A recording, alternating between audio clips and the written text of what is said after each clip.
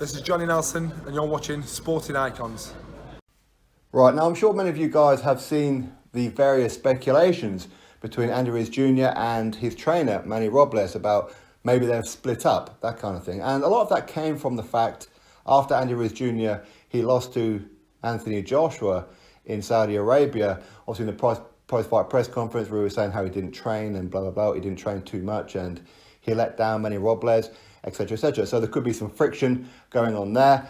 In addition to the fact, Manny Robles, he did an interview about a week or two ago where he says that he sent Andy Ruiz Jr. a text about getting him back into the gym and working on some new things, and Ruiz didn't respond to him.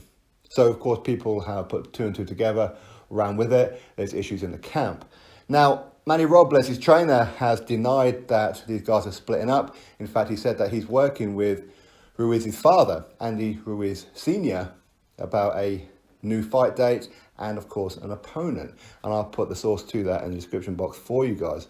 So there you have it. He's saying that there's no kind of issues with whatever. And he did say that Andy Ruiz Jr., he's promised to get himself back in the gym and work harder than ever. Now, I know that a lot of people, they put down the fact that Ruiz, he come in heavier than what he done in the first Anthony Joshua fight. That's why he lost.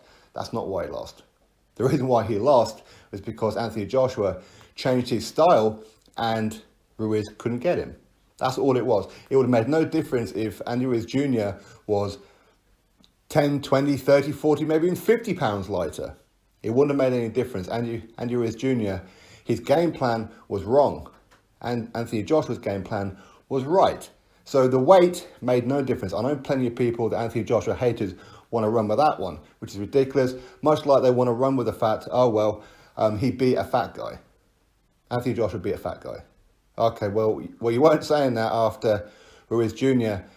beat Anthony Joshua. You guys are saying that Anthony Joshua is exposed and there's no way he's going to win the rematch. Now suddenly Andy Ruiz Jr. is a fat guy, which is ridiculous. And again, people say, well, how is Anthony Joshua going to knock out, say, Deontay Wilder when he couldn't knock out Andy Ruiz Jr.? Again, madness, absolute madness.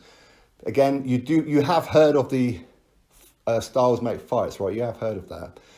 In addition to the fact, Andy Ruiz Jr. has never been in trouble in a fight, ever.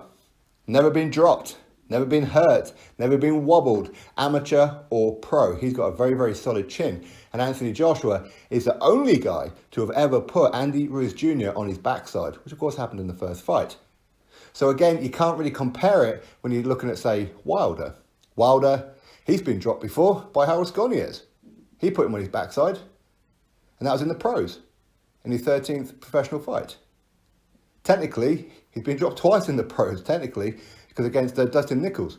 His glove did hit the floor. That's a technical knockdown. But anyway, and of course, Wilder, he got stopped and put out by Evangelos Romanov in the amateurs as well.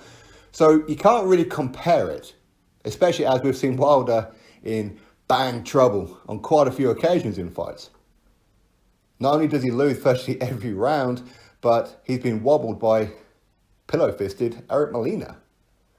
Eric Molina had him on Bambi legs. He was doing a silly dance. Tyson Fury had him on wobbly legs as well at the end of round number 12 in their first fight. Luis Ortiz had him virtually out of there in round number 7 of the first fight. So, listen, we've seen Wilder in trouble plenty of times. So to say that Anthony Joshua could not stop Deontay Wilder is just ludicrous. Absolute ludicrous. People say, the Wilder fans, of course, say how Wilder, when he connects with that chin of AJ, he's gone. Yeah, you might be right about that one. But you're not factoring in the fact that Anthony Joshua, if he lands on Wilder, what happens? Again, I've heard people saying but he got hit flush by Luis Ortiz and he wasn't in trouble. Well, he was in trouble. Okay, he was in trouble. Go remember round number 7 of the first fight and tell me he weren't in trouble. But again, Luis Ortiz, who has he beaten? Nobody really, has he? So anyway, we digress. So Andy Ruiz Jr., he's just getting over the fact that he lost. But remember, Andy Ruiz Jr., he's achieved a hell of a lot. He wasn't supposed to achieve what he did. He wasn't supposed to beat Anthony Joshua in the first fight. He wasn't supposed to be the first ever Mexican heavyweight world champion. Unified at that. He wasn't supposed to cause an upset. He wasn't supposed to earn all this kind of money in the first fight, let alone the rematch. He's earned way over probably, $20 million just for those 2 fights. How many heavyweights out there throughout history can say that a country built a new stadium purposely for their fight? So Andy Ruiz Jr., he deserves a lot more respect than what I think people are giving him. Now, as I said before, is he going to leave Manny Robles? We don't know. Ultimately, we don't know. But if what Manny Robles is saying is correct, and I have no reason to doubt it, then they're looking for a new opponent. But for me, it ain't going to be another Alexander Dimitrenko or a Kevin Johnson and that again. It ain't going to be that. Ruiz Jr., he's not going to want to get out of bed for a 50 grand fight, is he? He's going to get out of bed for something that's worth his while. He don't need to box no more. He don't need to do it. So that's why I suspect that he may end up fighting maybe Dillian White, potentially.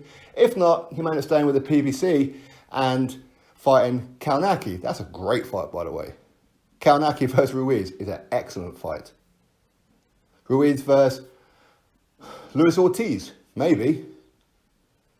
So there's plenty of options out there for Andy Ruiz Jr., but it's a case of, does anybody want to risk it with Andy Ruiz Jr.? But if they do, and if they manage to beat Andy Ruiz Jr., then again, they've got a former heavyweight champion on their resume, so it'd be pretty mad not to. But anyway, that's what's going on. Manny Robles has said that there are no issues, and they're actually looking for a new opponent for Andy Ruiz Jr., and of course, date, venue, what kind of stuff. Will it be a case of Ruiz stays on the PBC? Don't know. Will he jump ship and go with Matchroom and DAZN? Again, good possibility, because Eddie Hearn has said that he'd like to keep Andy Ruiz Jr. on his side of the street. So we'll have to wait and see. Andy Ruiz Jr. has options, but of course he has been working with his dad's business. I forget what his business is. I think it's like property management or all that kind of stuff. So he's got plenty of things to be getting on with, hasn't he? But again, anybody who's been disrespectful to Andy Ruiz Jr., that's just a case of they have sour grapes, that Anthony Joshua done what they predict that he couldn't do. That's my opinion. Anyway, drop your thoughts below, click thumbs up, subscribe. Catch you all on the next video.